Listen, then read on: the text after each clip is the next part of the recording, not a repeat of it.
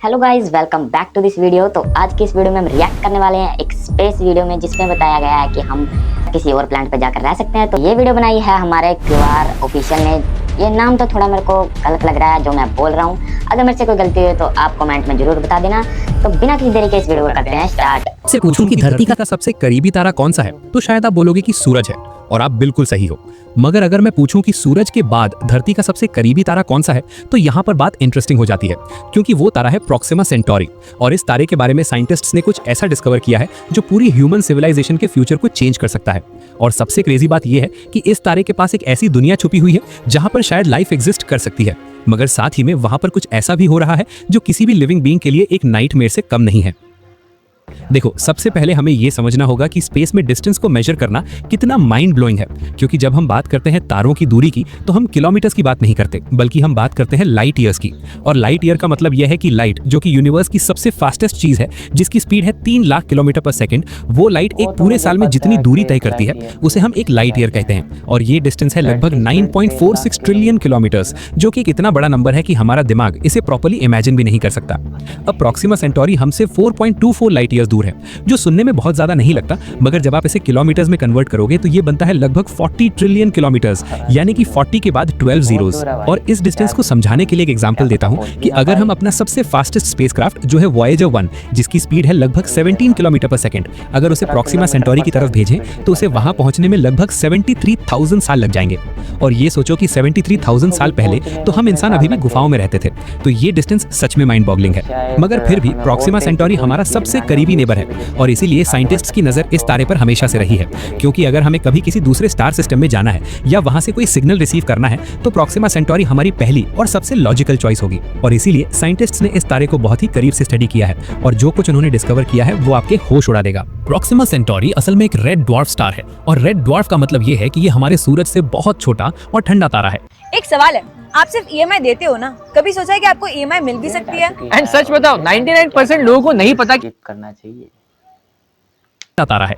जैसे हमारा सूरज एक येलो ड्वार्फ स्टार है जिसका टेम्परेचर है लगभग 5500 डिग्री सेल्सियस, वहीं प्रॉक्सिमा सेंटोरी का टेम्परेचर है सिर्फ 3000 डिग्री सेल्सियस, यानी कि हमारे सूरज से लगभग आधा। और इसका साइज भी हमारे सूरज से बहुत छोटा है। असल में ये हमारे सूरज के साइज का सिर्फ 12% है, यानी कि अगर सूरज एक बास्केटबॉल है तो प्रॉक्सिमा सेंटोरी एक गोल्फ बॉल जितना होगा। अब आप सोच रहे होंगे कि इतना छोटा और ठंडा तारा भला क्या खास हो सकता है, मगर यहीं पर स्टोरी इंटरेस्टिंग होती है, क्योंकि साल 2016 में साइंटिस्ट ने एक ऐसी डिस्कवरी की जिसने पूरी दुनिया को हिलाकर रख दिया। और वो डिस्कवरी थी प्रॉक्सिमा सेंटोरी बी नाम का एक प्लैनेट, जो इस तारे के चारों तरफ ऑर्बिट कर रहा था। और सबसे शॉकिंग बात ये थी कि ये प्लैनेट अपने तारे के हैबिटेबल जोन में है। अब हैबिटेबल जोन को समझना बहुत जरूरी है, क्योंकि ये साइंस का एक बहुत ही इंपॉर्टेंट कंसेप्ट है। देखो, हर तारे के चारों तरफ एक ऐसा एरिया होता है जहां पर ना तो बहुत ज्यादा गर्मी होती है और ना ही बहुत ज्यादा ठंड। इस एरिया को हम गोल्डीलॉक्स जोन या हैबिटेबल जोन कहते हैं, क्योंकि इस जोन में अगर कोई प्लैनेट है तो वहां पर लिक्विड वाटर एग्जिस्ट कर सकता है, और जहां पर लिक्विड वाटर है वहां पर लाइफ की पॉसिबिलिटी भी है।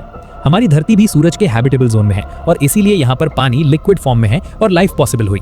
अगर धरती सूरज के थोड़ा और करीब होती तो सारा पानी भाप बनकर उड़ जाता, जैसे वीनस पर हुआ, और अगर थोड़ा और दूर होती तो सारा पानी बर्फ बन जाता, जैसे मार्स पर हुआ। तो प्रॉक्सिमा सेंटोरी बी का अपने तारे के हैबिटेबल जोन में होना एक बहुत ही बड़ी बात है। प्रॉक्सिमा सेंटोरी बी धरती से लगभग 1.17 गुना बड़ा है, यानी कि साइज में लगभग हमारी धरती जैसा ही है। और ये अपने तारे का एक चक्कर सिर्फ 11.2 दिनों में पूरा कर लेता है, यानी कि वहां का एक साल सिर्फ 11 दिन का होता है। और ऐसा इसलिए है क्योंकि ये अपने तारे के बहुत करीब ऑर्बिट कर रहा है, सिर्फ 7.5 मिलियन किलोमीटर की दूरी पर, जो कि धरती और सूरज के बीच की दूरी का सिर्फ 5% है। अब आप सोच रहे होंगे कि इतना करीब होने के बावजूद ये प्लैनेट हैबिटेबल जोन में कैसे है, तो इसका जवाब है कि प्रॉक्सिमा सेंटोरी एक बहुत ही ठंडा और कम ब्राइट तारा है। हमारे सूरज के कंपैरिजन में ये सिर्फ 0.0017% जितनी एनर्जी रिलीज करता है, यानी कि ये इतना डिम है कि धरती से नंगी आंखों से देखना भी पॉसिबल नहीं है। और इसीलिए इसके हैबिटेबल जोन में रहने के लिए प्लैनेट को इसके बहुत करीब होना जरूरी है। जब 2016 में इस प्लैनेट की डिस्कवरी हुई तो पूरी दुनिया में एक्साइटमेंट की लहर दौड़ गई, क्योंकि ये पहली बार था जब हमें अपने सबसे करीबी स्टार सिस्टम में एक पोटेंशियली हैबिटेबल प्लैनेट मिला था। और साइंटिस्ट्स ने इस प्लैनेट को स्टडी करना शुरू किया, और जो कुछ उन्होंने पाया वो एक साथ एक्साइटिंग भी था और टेरिफाइंग भी। देखो, प्रॉक्सिमा सेंटोरी बी के बारे में जो पहली इंटरेस्टिंग बात सामने आई वो ये थी कि ये प्लैनेट शायद टाइडली लॉक्ड है। और टाइडली लॉक्ड का मतलब ये है कि इस प्लैनेट का एक साइड हमेशा अपने तारे की तरफ फेस करता है और दूसरा साइड हमेशा अंधेरे में रहता है, बिल्कुल वैसे ही जैसे हमारा चांद धरती के साथ टाइडली लॉक्ड है।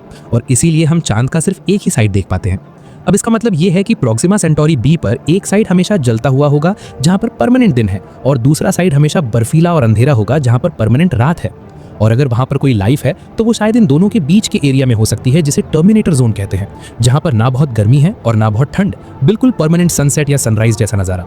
मगर यहाँ पर एक बड़ी प्रॉब्लम है, और वो प्रॉब्लम है प्रॉक्सिमा सेंटोरी का बिहेवियर, क्योंकि ये तारा बहुत ही अनप्रेडिक्टेबल और डेंजरस है। देखो, रेड ड्वार्फ स्टार्स की एक खास बात होती है कि ये बहुत ही एक्टिव होते हैं मैग्नेटिकली, और इसकी वजह से ये बहुत पावरफुल स्टेलर फ्लेयर्स रिलीज करते हैं, और प्रॉक्सिमा सेंटोरी इसमें एक्सपर्ट है। स्टेलर फ्लेयर्स को समझने के लिए आप सोलर फ्लेयर्स को इमेजिन करो, जो हमारे सूरज पर होते हैं और कभी कभी हमारी धरती पर भी इफेक्ट डालते हैं। जैसे 1859 में कैरिंगटन इवेंट हुआ था, जिसने पूरी धरती के टेलीग्राफ सिस्टम को डैमेज कर दिया था। अब प्रॉक्सिमा सेंटोरी पर जो फ्लेयर्स होते हैं वो हमारे सूरज के फ्लेयर्स से कई गुना ज्यादा पावरफुल होते हैं। साल 2019 में साइंटिस्ट्स ने प्रॉक्सिमा सेंटोरी पर एक मैसिव स्टेलर फ्लेयर डिटेक्ट किया, जो इतना पावरफुल था कि इसने इस तारे की ब्राइटनेस को सिर्फ कुछ सेकंड्स में 14,000 गुना बढ़ा दिया। और इस फ्लेयर ने प्रॉक्सिमा सेंटोरी बी को इतनी रेडिएशन से बॉम्बार्ड किया कि अगर वहां पर कोई एटमॉस्फेयर था तो शायद वो पूरा का पूरा स्ट्रिप हो गया होगा। और सबसे डरावनी बात यह है कि ऐसे फ्लेयर्स प्रॉक्सिमा सेंटोरी पर बहुत कॉमन है। साइंटिस्ट्स के हिसाब से इस तारे पर हर साल कई बड़े फ्लेयर्स होते हैं, और कुछ छोटे फ्लेयर्स तो लगभग हर कुछ दिनों में होते रहते हैं। और क्योंकि प्रॉक्सिमा सेंटोरी बी अपने तारे के इतना करीब है, इसलिए ये फ्लेयर्स वहां पर बहुत ही डेवास्टेटिंग होते हैं। अब आप समझ सकते हो कि ये प्लैनेट एक साथ कितना प्रॉमिसिंग और कितना होस्टाइल है। एक तरफ ये हमारे सबसे करीबी स्टार सिस्टम में एक हैबिटेबल जोन प्लैनेट है जहां पर लिक्विड वाटर पॉसिबल है, और दूसरी तरफ ये प्लैनेट लगातार डेडली रेडिएशन बॉम्बार्डमेंट झेल रहा है, जो किसी भी लाइफ फॉर्म के लिए सर्वाइव करना एक्सट्रीमली डिफिकल्ट बना देता है। मगर साइंटिस्ट्स ने होप नहीं छोड़ी है, क्योंकि हमें पता है कि लाइफ बहुत ही रेजिलिएंट होती है। धरती पर ही हमने देखा है कि लाइफ सबसे एक्सट्रीम कंडीशंस में भी सर्वाइव कर लेती है, जैसे डीप सी वेंट्स में, जहां पर टेम्परेचर 400 डिग्री से ज्यादा होता है, वहां भी बैक्टीरिया जिंदा रहते हैं। और एंटार्क्टिका की बर्फ के नीचे भी माइक्रोबियल लाइफ मिली है। तो शायद प्रॉक्सिमा सेंटोरी बी पर भी कोई ऐसी लाइफ हो जो वहां की हार्श कंडीशंस में अडैप्ट हो गई हो। एक और पॉसिबिलिटी यह है कि अगर प्रॉक्सिमा सेंटोरी बी पर एक स्ट्रॉन्ग मैग्नेटिक फील्ड है तो वो शायद उस प्लैनेट को स्टेलर फ्लेयर्स की रेडिएशन से प्रोटेक्ट कर सकती है, बिल्कुल वैसे ही जैसे धरती की मैग्नेटिक फील्ड हमें सूरज के हार्मफुल रेडिएशन से बचाती है। और अगर वहां पर एक थिक एटमॉस्फेयर भी है तो वो भी एक extra layer of protection provide कर सकता है। अब यहाँ पर एक और इंटरेस्टिंग डिस्कवरी की बात करनी है। साल 2019 में साइंटिस्ट्स ने एक और प्लैनेट डिस्कवर किया प्रॉक्सिमा सेंटोरी के चारों तरफ, जिसका नाम है प्रॉक्सिमा सेंटोरी सी। और ये प्लैनेट पहले वाले से बहुत अलग है। ये अपने तारे से काफी दूर ऑर्बिट कर रहा है, लगभग 1.5 AU की दूरी पर, जहां AU का मतलब है एस्ट्रोनॉमिकल यूनिट, यानी धरती और सूरज के बीच की एवरेज डिस्टेंस। प्रॉक्सिमा सेंटोरी सी एक सुपर अर्थ है जो धरती से लगभग 7 गुना ज्यादा मैसिव है, और क्योंकि ये अपने तारे से काफी दूर है इसलिए ये हैबिटेबल जोन में नहीं है, और वहां पर बहुत ही ठंड होगी, -230 डिग्री सेल्सियस के आसपास। तो वहां पर लाइफ की पॉसिबिलिटी बहुत कम है, मगर फिर भी इस प्लैनेट की डिस्कवरी इंपॉर्टेंट है, क्योंकि इससे हमें प्रॉक्सिमा सेंटोरी स्टार सिस्टम के बारे में और ज्यादा समझ मिलती है। और हाल ही में 2020 में साइंटिस्ट्स ने एक और पॉसिबल प्लैनेट के सिग्नल्स डिटेक्ट किए हैं, जिसे टेंटेटिवली प्रॉक्सिमा सेंटोरी डी कहा जा रहा है। और अगर ये कंफर्म हो गया तो ये मार्स से भी छोटा होगा और अपने तारे के बहुत करीब ऑर्बिट कर रहा होगा।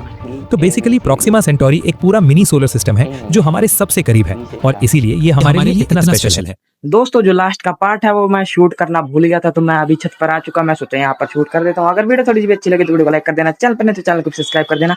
मिलते हैं नेक्स्ट वीडियो में, तब तक के लिए बाय बाय।